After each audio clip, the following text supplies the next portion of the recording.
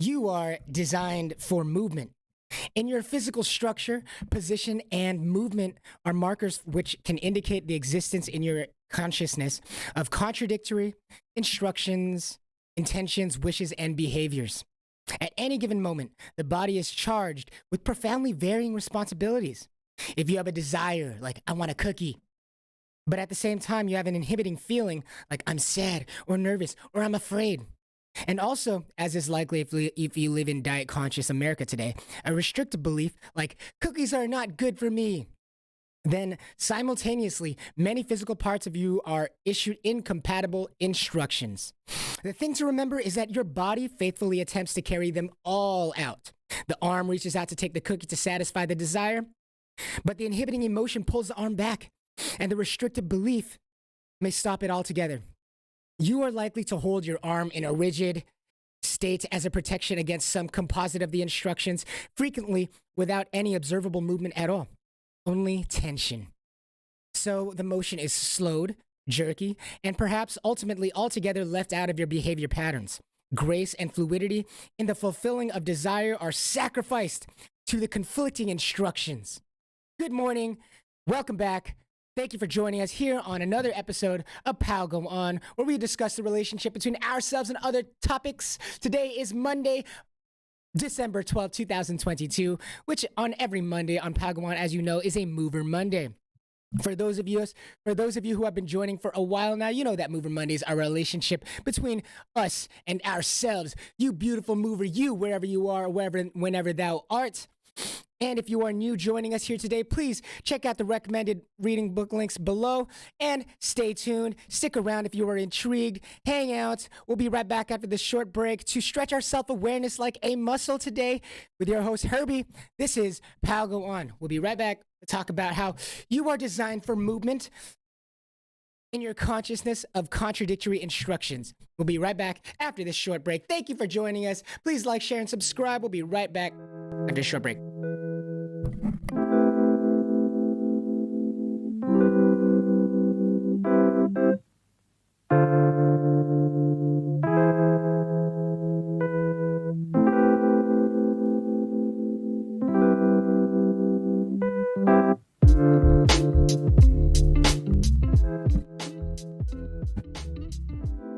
Best Feeling Podcast in the Best Feeling Network, your only no-nonsense podcast with your host, Herbie. This is Pal Go On. Welcome to another episode. How was your weekend? I hope your weekend was fantastic. Hope you're feeling well out there. Have you been able to listen to the front of your shins this weekend? Have you been able to remember to pretend that there's a candle in front of your lips that you're trying to not put out this weekend? Have you been making like this diagram behind us, allowing the weight to be delivered down the front of the spine, the weight-bearing portion of the spine, into these rainbow arches, into the sit bones, and remembering that we do not sit on our legs are free to float? Is that how you've been spending your weekend? I'm so glad to see you. I hope you're having a fantastic time this morning. Wake up, let's go, let's attack this new upcoming week. It's gonna be amazing. I can't believe we're already here in the second week of December? Shoot, the third week if you count the first and the second being the Thursday and Friday of that week when December started. Hope you've been fantastic. I can't believe we're already here in another December, closing out 2022. Holy crap. I don't know where it's been like where you were at, but right here in San Diego, it has been raining again, finally. Let the rain fall down and something for all you Hillary Duff fans out there. Hope you've been feeling well. Welcome back to the Best Feeling Podcast, the Best Feeling Network, your only no-nonsense podcast. Today is a Mover Monday. We will be talking about the consciousness of contradictions and the fact that you are designed for movement.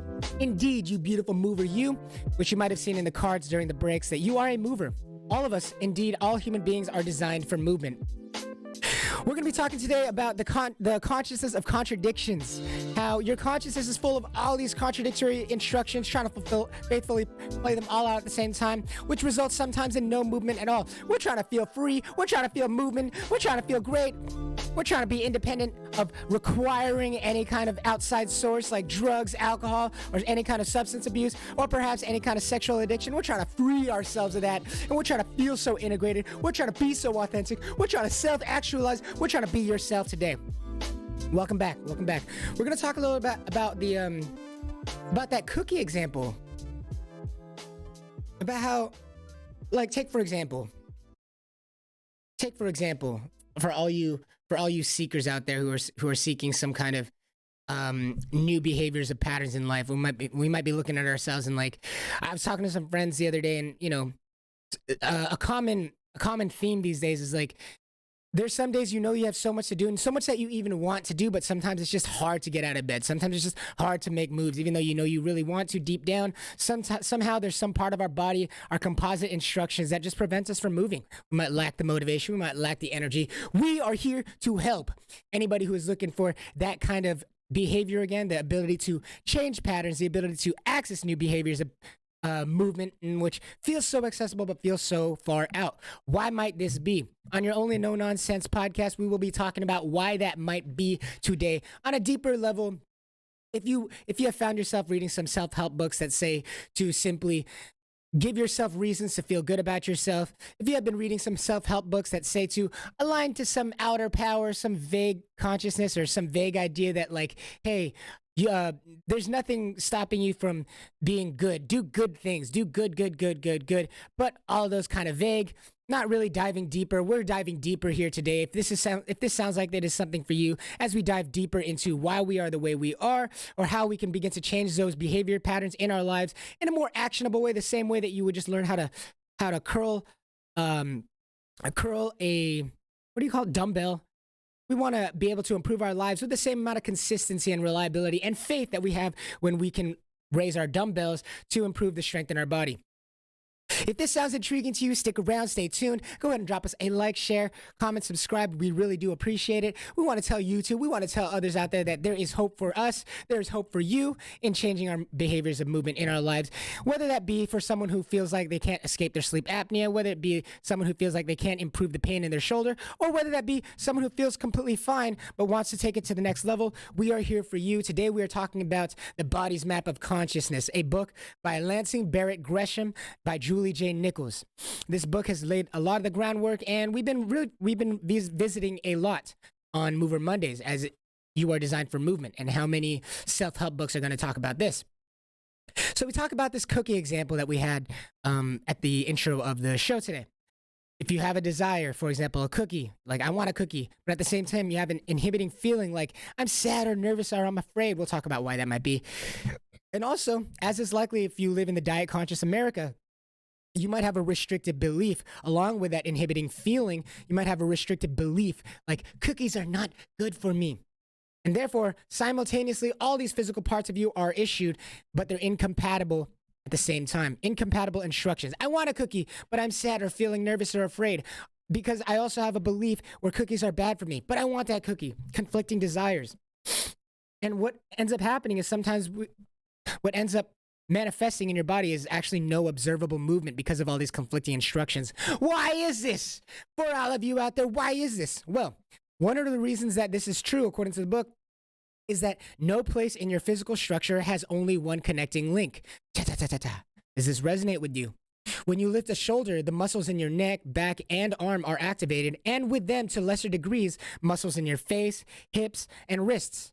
Not only that, but your muscles and bones, components of the musculoskeletal system, are both attached by connective tissue to the visceral organs and also sustain them. They encompass and support and define many of the pathways of the fluid vessels as well. So, when part of the musculoskeletal system in you moves or inhibits movement, it draws along with it or inhibits along with it other structural parts of you. And equally important, it also draws along with it many other non-musculoskeletal components. That is, whenever any portion of the body becomes rigid or tense or bound or inhibited by rules, then many parts of your body and many parts of your life, consequently, are also affected. For example, strict, general, early, and repetitive enough instructions against opening your mouth.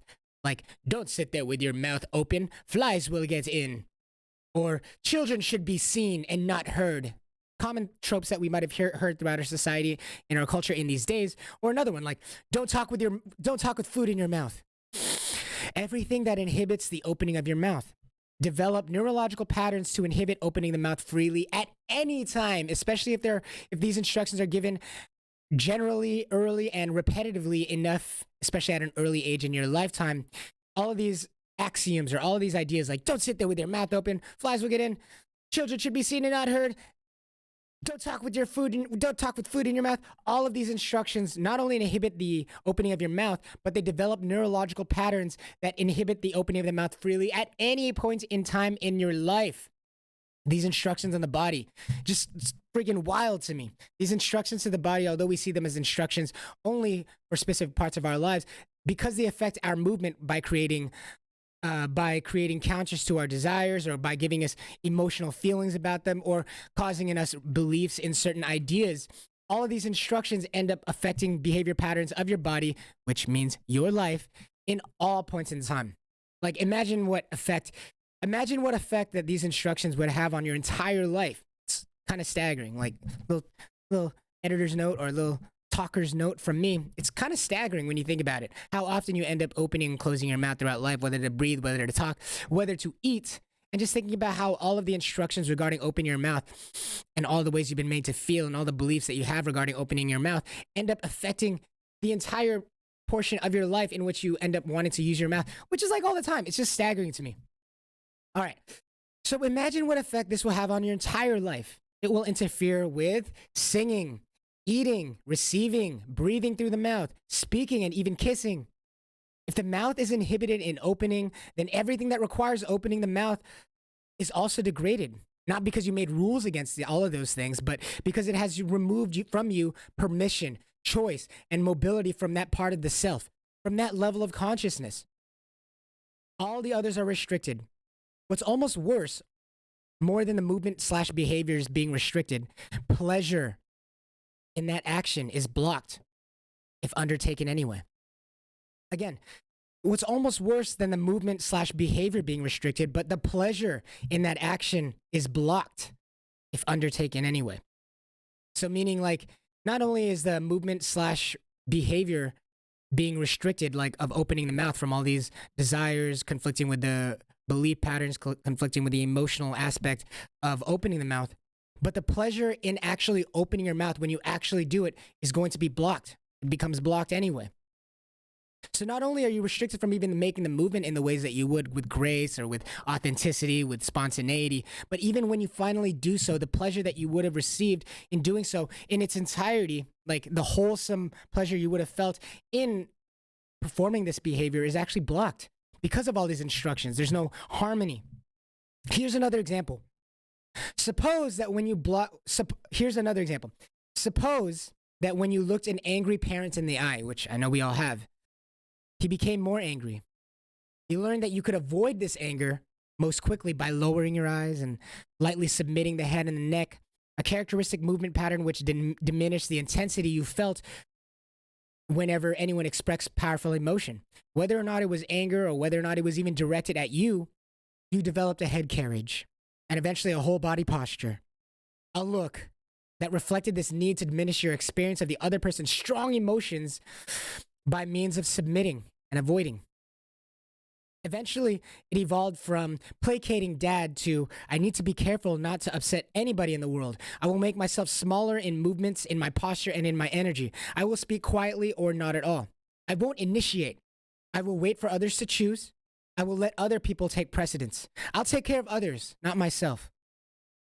All derived from the overriding instruction to carry your head and direct your eyes in a way that you don't elicit more negative responses from an angry parent. And by now, other people see you in a certain characteristic style of carriage and expression that strongly influences the way that they even respond to you, a way that will likely reinforce that pattern in yourself again. All stemming, an end quote from the book, all stemming from the simple idea of trying to avoid your parent's wrath or trying to avoid that intense emotion that you're feeling from your parent. We might avert our eyes because we just find that that's the easiest way to get over this. It's the easiest way to avoid negative emotion. And then that small instruction, because of how repetitive and how general these ideas are and how early they were happening in your lifetime, become longer patterns. Like it starts from just like, oh, I'm going to avoid the intense eyes of like an angry parent. And that rule just gets extended and extended daily for how many times you end up avoiding their eyes to avoid negative emotion, to have to deal with it. You end up changing your entire behavior over the course of days, or the course of hours, days, weeks, months, years, eventually to a point where it becomes kind of crafting not just your personality and how you go about life, but of course, because that affects other people, it ends up crafting the way people end up responding to you, which will only reinforce this behavior in yourself again, to take care of others first, to avoid negative emotion, to wait to be spoken to before you speak back, all because we were trying to avoid this basic idea of this angry parent or angry adult that we were dealing with at a young age. We learn how to avert our eyes so that we can avoid that negative emotion, but that ends up turning into a long pattern behavior, which not only affects the way that we handle each situation, but the way situations will respond to us. Because instead of us looking directly at a situation, being unafraid, being vulnerable, and being open to change, being open to conversation, being open to good graces of others, we end up averting our eyes always and avoiding all of the good that might come from standing fearlessly to standing authentic in a moment. Over the course of years, you end up affecting the way people respond to you, not even like you're trying to, but because you're just going off of this general idea of how to avoid pain from what you're just normally associated with, like these angry parents. And that ends up affecting the way people respond to you as well. All the friends that could have been friends, all the people who could have been kind to you, all those people who could have helped you, all the people that you wanted to help end up having a different response to you, making you feel like you were separate from them, all because we were continuing these behavior patterns from a previous situation that isn't often associated with what's going on right now. Other people see those behaviors in you as like characteristic styles of your carriage and expression, and it ends up strongly influencing the way that they respond to you, even though you weren't really responding to them a lot of the times. You were responding to a previous trauma. Back into the book, though you originally intended only to avoid Dad's anger, other unimagined and undesirable effects have come to pass. People are less likely to be drawn to you. Promotions pass you by. You aren't chosen for the team. Your younger child self had no intention to make rules about any of those things. You were only seeking any way you could as a child to influence an environmental component that was frightening or painful to you. You didn't even mean to diminish all those other possibilities, like not getting chosen for the team, having promotions pass you by, having people less likely to be drawn to you. You had no mean to diminish all of those other possibilities. You had no idea your response was even connected to those other aspects of life, yet here they are. You were simply seeking a way as a child to influence an environmental component that was frightening or painful to you. And yet it has all of these far unimaginable and unforeseen circumstances that happen to you. Not because you didn't even have an idea of friends passing you by, promotions passing you by, kindness passing you by, relationships passing you by. You weren't even thinking about those. You were simply trying to find a way to influence an environmental component in your life as a child that was frightening or painful to you. And now it has all these repercussions. Now the good side though. So you have all this conflict in the way that your body is behaving in life, and it has all these undesirable consequences because of this inner conflict. But the good side is that the lack of conflict within the self is revealed by grace, ease, and beauty of an individual's movement. Meaning, the lack of conflict ends up reversing all of these effects that the way people perceive you, because we strongly influence people and their responses to us based on the way that ourselves are responding, based on the way that we are holding ourselves, and the expressions that we have strongly influence the way that people respond to us. The good side is that all the good sides, the way that people can respond to you, all the good can come from that by simply having a lack of conflict, because our expressions have such a strong influence on the way people respond to us. And you know this intuitively. That the lack of conflict ends up opening the doors to the good graces and to all this kindness and positive ways that people can respond to us. We know that intuitively that lack of conflict invites positive responses to us. The lack of conflict creates a harmonious style of our own holding of ourselves. A lack of conflict expresses a harmonious aesthetic to our expressions, which causes people to be strongly influenced by it in a positive way. And we know this intuitively, just as you can discern when an instrument is in tune or not, when an athlete is quote unquote in the zone or not, or when a decorated room is when a room is decorated well. You intuitively feel that the quality of a person's movement and balance signal whether or not or to what degree that person is behaving in choice-based, not rule-limited ways. Again, we know this intuitively. We know this intuitively that we can feel the quality of a person's movement and balance signal whether or not or to what degree that person is behaving in choice-based ways or in rule-limited ways. And we know this intuitively. How different it would have been if you found it equally effective to stand very straight, undefended, looking slightly above your father's eyes at the forehead so that he didn't feel challenged, but you were still fully present. Your attitude, your posture, your carriage would have changed the way people saw you. Invitations, possibilities, what you expect for yourself, all can change from something so simple. Again, how different would it have been in your life if you found it equally effective to stand very straight, undefended, looking slightly above your father's eyes at the forehead so that they didn't feel challenged, but yet you were still present? Your attitude, your posture, your carriage would have changed the way people saw you. Invitations, possibilities, what you expect for yourself, all of those can change from something this simple because of how strongly we influence people based on our carriage of ourselves, the way we hold ourselves, and our expressions, which comes from whether there's a presence of conflict or whether there is a lack of conflict within our consciousness. As we know, we move the way that we believe we are perceived. And so we move according to how our consciousness is feeling. And so when we have a lack of conflict in our consciousness, we have a lack of conflict in our movement. And not just you, but everybody, because the same thing happening inside of you is happening inside of others, can intuitively detect this aesthetic, can intuitively detect this harmony in the body, the same way that you can tell if a runner is in the zone, quote unquote, whether or not, and the same way you can tell if music is in tune or not. You just intuitively know whether it is in the zone or not, whether there is a conflict or lack of conflict. And it turns out simply the awareness of this can severely affect the way people see you, how you see yourself, and all the possibilities and invitations into life that come your way. All starting from the inside out. A consciousness of conflict. Is that what we have?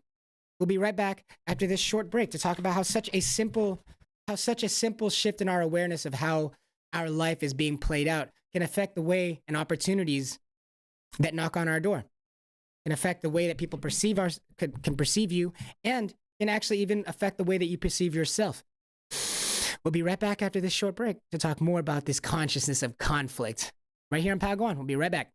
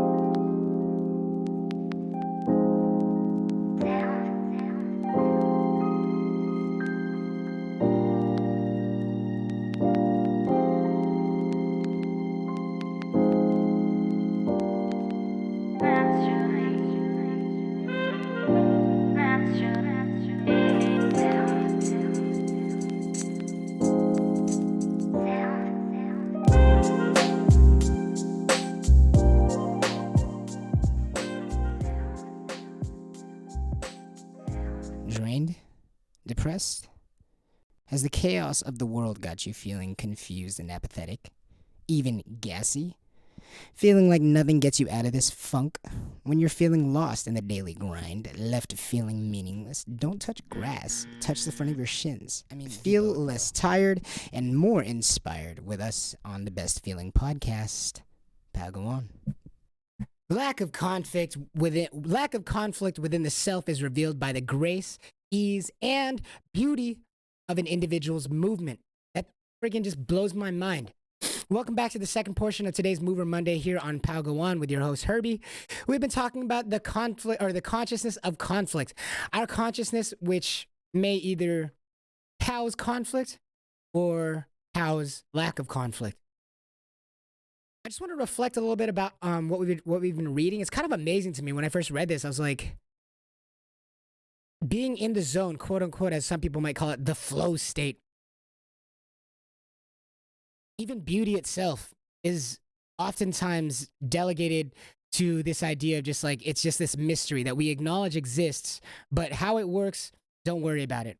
Which has always amazed me because I'm like, art, beauty, aesthetics, quote unquote, being in the zone are all things that we like are intuitively aware of. And yet they're kind of like this unspeakable, sacred thing that you are not allowed to dive deeper into. Common conversation these days might sound like, oh, this art is beautiful. And if someone asks, why? It might, because it's beautiful. Okay, well, that's a lot of help when it comes to making more of it. That's a lot of help when it comes to understanding the self. That's a lot of help for aspiring artists. Like, because it's beautiful. Why is it beautiful? Because it's beautiful. Wow, how do you know that athlete is in the zone? You just know. And then the common response these days is like, oh, okay. Like, what?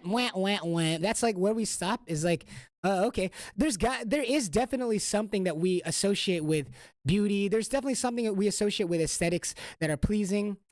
And I mean, the fact that you can intuit within yourself when aesthetics are not pleasing. And yet we want to say like, oh, it has no reason. We just feel that way.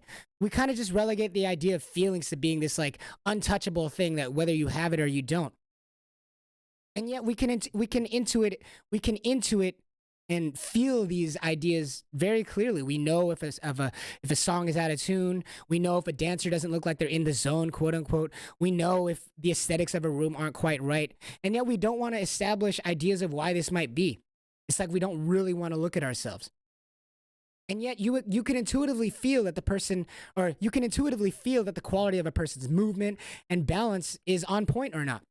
We can even establish to what degree. We all recognize certain dancers as just being like phenomenal. We recognize some like artists as just being like beyond. We're just like, wow, that's crazy. It's just like remarkably different than all these other artists. And yet we don't want to discuss why. But here on Movement Monday, we're talking about how like you can identify yourself, though clouded as it may be. We can intuitively detect whether someone's movements are choice-based or they're limited by rules. And and similarly, we begin to identify aesthetics as kind of being in this same parallel. In the same way, we can see if someone's reaching for a cookie, but based on their desires. We also have these rules that are limiting it, right? Like, I don't want to eat this cookie because it's bad for me, if that's what they believe. Or I don't want to eat this cookie because last time I ate this cookie, I was emotionally affected by it in a negative way. And we don't see all that's happening within someone's consciousness. Yet what manifests outwardly, we can totally see that there's like this inhibition of movement, whether it's stiff, rigid, or no movement at all. We can see that there's a lack of freedom to act despite them having a desire to get this cookie. And we can see all of that. Like, even though we don't see all of those conflicts that are happening in the consciousness within someone, what manifests outwardly is this stiff, rigid movement or even lack of movement, which says it all. As you can see, not just the lack of movement, but then you can see that there's a conflict with the desire to get the cookie. And we can see it, we can intuitively see it and detect it in a whole body movement, because the whole body is not independent from itself. As in, when you lift the shoulder, there's muscles in your neck, back, and arm that are activated. And also with them, to a lesser degree, muscles in your face, hips, and wrists sometimes are involved in this movement. Not only that, your muscles and bones components of the musculoskeletal system are both attached by connective tissue to the visceral organs and also sustain them. So although you're just lifting a shoulder, there's other parts of your body that are linked in various levels and various ways. And so if you're looking at the idea of like, okay, they went to grab a cookie or they went to not bring this cookie closer to them. When you look from the outside in, you might see that last tip of the iceberg, like whether the cookie was brought to them or whether the cookie stayed on the plate and their body didn't move. We can see the tip of the iceberg. And yet on the inside, because their whole body is connected to other parts of their body in different ways, you can intuitively see from a whole body postural expressive way in their body how much conflict is related to this act of bringing this cookie closer to them, whether their body movement is rigid, shaky, whether body movement happens only in one part of their body and the rest of the body kind of disagrees, whether their shoulders are looking away, whether their feet turn away from before the act of actually taking the cookie. You can see how much conflict is present in their body. And conversely, if there's no conflict and their whole body is intuitively agreeing with the idea of taking this cookie, you can see a presence of grace, a presence of harmony, and aesthetic beauty in this individual's movement. They are in the zone, quote unquote. Their whole body agrees with this act. There is less conflict in the body, whether that be physical, emotional, spiritual, based on beliefs, etc., etc. What's wild to me is that, yes, we might notice this in the example of grabbing a cookie, but how many times is grabbing a cookie the same act as other things in life? How many times can we use this example in terms of giving a high five to someone? Whether you wanted to give them a high five, but then there's all these restrictive things happening in their consciousness that are telling them not to, or going for a hug, or putting on certain clothes, or choosing to talk to someone or not. There's all these actions in our lives that we can see as parallels to grabbing this cookie, where you have a desire and you also have a bunch of conflict in the body, whether that's emotional or spiritual or physical. And then because your whole body is connected to itself by varying degrees, some parts of it seeming unrelated, like your hips or your facial expressions, they seem unrelated yet are still part of this act of moving the shoulder, of grabbing the cookie, of speaking to someone. And what's mind-blowing is to think that, okay, yeah, for one example, you can aesthetically see if they're conflicted in that moment. But what's wild to me is how much of these decisions you are making a day and how much these conflicting emotions, and then which end up having disharmonious or unesthetically pleasing expressions or postures in the body, how much of that affects the way people respond to you. People who might be willing to speak to you, or they see a conflict in your body when you are performing whatever act, and so they don't want to bother that conflict or make that conflict even worse. There's all this confusion in like what your intentions are, so people don't know how to match up with your intentions, whether that be to say something negative to you or say something positive. What's wild to me is like all of these behaviors in your life, all these postural stances, all these expressions that you make in your life, all of those are detectable to the outside world and affect that the way the world responds to you. So what's wild to me is that we might see that these conflicts in our instructions or these desires that we have, because our body's trying to faithfully carry out all those instructions at once, what's wild to me is that although we might see individual actions as specifically affected by this principle, but how much that affects the world around you and all of the invitations and good things and prosperities in your life that are affected by it. What's wild to me is thinking about all of the decisions that you make in your life and how much your aesthetic agreement or your holistic agreement with those choices in your life affect the way the world can provide back to you. If it was difficult to maintain eye contact with a parent whom you're with all the time, that might be hard to maintain eye contact, or that might be hard to face problems unafraid in life. And that affects the way that people might approach you, whether or not they feel like they're ready to help you, whether or not they feel like you're ready to receive the help that they want to give you, whether or not they're ready to approach you, whether or not they're unsure of whether to leave you some space or to go in closer and ask for more details, all affected by rules that we weren't even relating to the idea of people talking to us. We're just relating to the idea of like trying to control environmental consequences that we were afraid of, whether that be looking your parents in the eye, or whether that be the cookie around you that you are trying to decide whether or not you want to eat.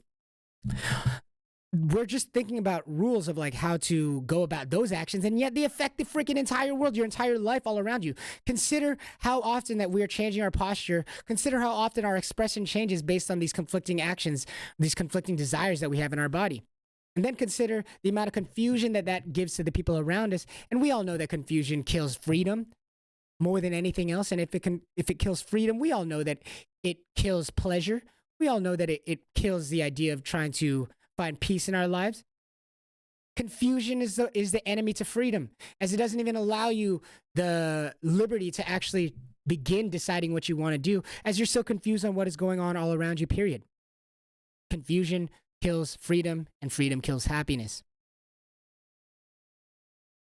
We are made to move, but do we have a consciousness of conflict? Or do we have a consciousness of ease and grace and harmony? You are designed for movement, but do you have a consciousness full of contradictory instructions, intentions, wishes, and behaviors? Or do you have a consciousness that is lacking of conflict, which would then reveal grace, ease, and beauty of an individual's movement? Not just grace and ease, but authenticity and honesty. Not just ease and grace, but honesty and authenticity. Do we have a consciousness full of contradiction, or do we have a consciousness full of ease and authenticity? When we are authentic to the outside world, not only are we being authentic to ourselves in order to do so, but we are being more honest with the world. And when there is more honesty in the way that your consciousness is, when there's more honesty of your consciousness portrayed to the outside world, there's more freedom, there's more truth, there's more happiness in the way that the outside world can meet you, as it becomes clear on your intentions. Whether or not the world agrees with your intention, you are first giving them a buffet of honesty and truth, which finally gives them, it puts the ball in their court to understand how to deal with you. Does that mean that the whole world is going to agree or be in agreement with all of your manifested outward actions? No, of course they're not going to agree with all of your outward actions to the world, but what you are giving them is a buffet of honesty in which they can now decide how they want to relate to you, how they want to behave towards you. And now giving the option to them, giving them freedom to choose how to respond to you, now gives them peace, gives them happiness, gives them a higher chance that they're going to stay strongly related to you. Why? Because you're giving them freedom to choose by giving them honesty of your actions. But when we have conflict in our consciousness, aren't we all giving them just fakes and half-truths of to how we feel on the inside? And so, as we know, half-truths and dishonesty only give other people less freedom, as now they can't even begin to decide how to respond to you because they're too busy trying to decide whether or not what is actually being given to them is truth and honesty. It's like we all have a harder time moving without truth and honesty. If there was no truth and honesty in the floor underneath you, how certain are you to move? How much grace and how much authenticity can you act when you're unsure of where the ground is? However, when you know where the ground is, doesn't that open up the possibility of an assortment, just like an entire plethora of infinite actions, as you can just be sure that the ground is underneath you? You can move with grace. You can move with authenticity. You can move with freedom when you know that the floor is underneath you. In the same way, when we act with honesty and authenticity to the outside world, there's no conflict in our consciousness, but our body is agreed on what it wants to do. Don't you provide this kind of floor for other people so that they know where the floor is, they know honestly what your consciousness is going through, so they can move authentically and with freedom in relationship to you? How do you give them that floor? Well, first, we got to reduce the amount of conflict in our body so that the honest truth of our consciousness can be laid out like a floor for other people to act freely on. They can act freely on, whether that be to assist you, whether that be to engage with you, whether that be to give you your space. We all naturally care for others just deep down. So when we give others an honest floor to work with, doesn't that give them the freedom to see whether or not they should move towards you, whether or not they want to move away from you, whether or not they want to engage with you, whether or not they want to be disagreement with you, or whether or not they want to agree with you, all giving them the freedom to choose. And we know that freedom is associated with happiness, giving them the freedom to choose on how to act, because you're giving them this floor of honesty. Because their intention might be to affect you positively. Their intention might be to fill you with ease. Their intention might be to lighten the load off of you. The intention might be to benefit you. But that intention from other people can only be met with full vigor, with 100% of themselves, if they understand what floor they are standing on. Because if they believe that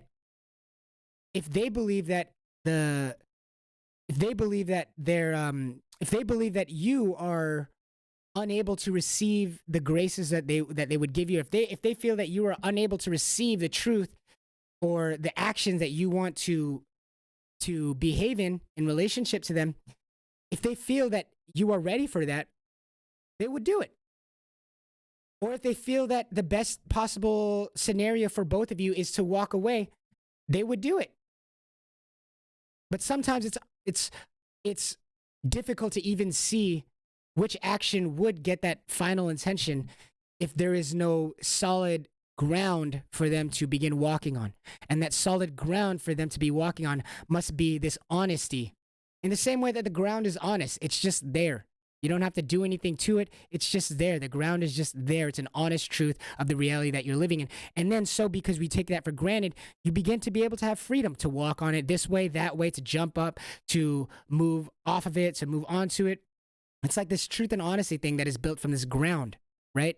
And that ground, similarly, is only able to be laid out for other people when our own intentions match up with itself and we are able to be honest with the world. You're giving them this ground to move on, that they can move freely with relationship to you. But that ground could be uneven and shaky and uncertain, like they might fall through it, or it might not hold their weight if there's a conflict in your behavior to the outside world. Conflict in your own behavior creates this like conflict in this ground that people want to walk on when it comes to you. Conflict in your behavior creates a shaky ground. It creates this uncertain ground where people do not have freedom to move, whether it be for your benefit or not. And this conflict is created from our inner consciousness, which may be rife with contradictory instructions, intentions, wishes, and behaviors.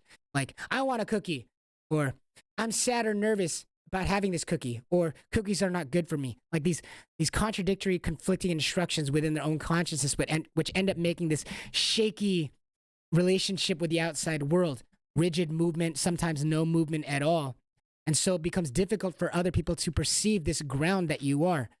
And so they have this unfluid and uncertain way that they go about interacting with you.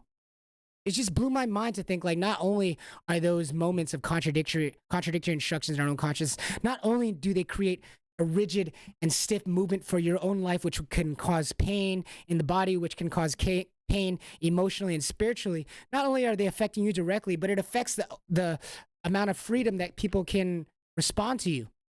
It affects the amount of freedom that the world can respond to you, because you are not being this honest, level ground for people to then help and move freely on, but you are creating this uneven ground through this theater of yourself that you're creating as you're trying to live by all these rules.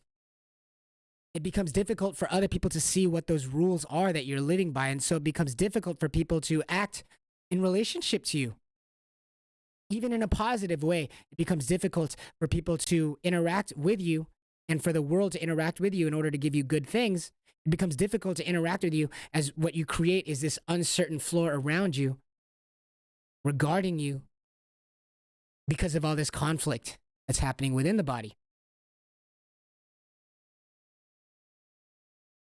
Not only are these affecting you internally in your ability to feel good when you perform any of these actions, but you're creating like this force field, this uneasy ground, because no one on the outside is able to see these rules that you are limiting your movement by in order to behave the way that you want to in life.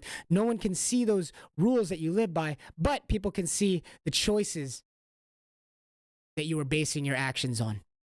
People can have a hard time reading the rules that you're acting on, but if we get rid of all those rules, or at least align them so that we can live by a choice-based life, we can actually have an easier way to interact with others, for others to interact with us, as they can see the choices that we are making and not the rules that we created in our heads by which the final choice is made. No one can see all those little rules that are creating this unshaky, or no one can see all those little rules that are creating this like shaky ground that you walk in, and for other people that must walk on in order to interact with you. This shaky ground that we create by these rules that limit the way that we behave. They can only see the choices that end up manifesting on the outside. So if we reduce the amount of rules that we limit ourselves by, reduce the amount of rules by aligning our intentions all together, we create this steady ground that other people can move with freedom, with happiness in your life. Not only would you create more freedom and happiness in your life, but aren't you also creating a more honest and truthful, which would mean a more free and honest perception of you, in which people can then know how they can help you, or know how they can avoid you, or whatever. They can know how to interact with you in a way that your consciousness is actually going to receive properly, and so that you're all on like the same page together. No one can see the little rules that you live by, but they can see the choices that you're making.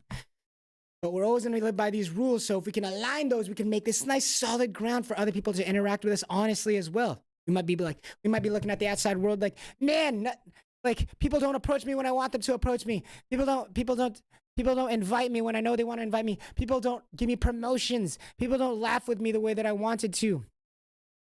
And yet we're creating all these unsteady and shaky grounds for people to try to interact on. Why? Because we have all this conflict on the inside, which is creating this shaky ground. Instead of simply integrating with one action, with being present, and so we can live a choice-based life and not a rule-limited life in which other people cannot see. We can live a choice-based life. Is your consciousness a consciousness of conflict, or is your consciousness a consciousness lacking of conflict? Is your life life-loving, or are we simply death-fearing and forcing others, if they want to interact with you, to discern and find out for themselves what death-fearing rules you lived by? Or do we live choice-based in a way that the world can see, in a way that the world can be free to interact with you with? Thank you for joining us here on another Mover Monday. That's going to do it for us. I hope you have been feeling fantastic. I hope you listened to the front of your shins today. Thank you so much for being here. We'll be back here every weekday morning. Tomorrow is True Love Tuesday. I want to thank you guys for being here. Please like, share. Please like the video to let YouTube and others know that you indeed like the video and that you want more other people to see it. If this meant something to you, not everyone will wake up. Not everyone will choose the life-loving path over the death-fearing path. Not everyone is going to be ready to want to live this choice-based life. Some love living in their rule-limited life. Whether you agree or disagree, I hope that you will drop a like if this has been intriguing to you. Let YouTube know that, other people want to see it. Drop a subscribe. Press that subscribe and alarm button so that you can know when another episode is up, as they are coming every weekday. And go ahead and share with any friends or loved ones you think might be needing some words about changing their behaviors in life, or regaining access to movement that feel familiar yet so distant. Thank you for being here. I look forward to hearing all your feedback. Drop us a comment. Just say hi, or let us know how this feels to you. If you have any disagreements or agreements or coincidences or any phenomena that sound related. Thank you so much for being here on the Best Feeling Podcast, the Best Feeling Network, in your only no nonsense podcast with your host, Herbie. This has been Pal Go On. We'll see you tomorrow for our True Love Tuesday.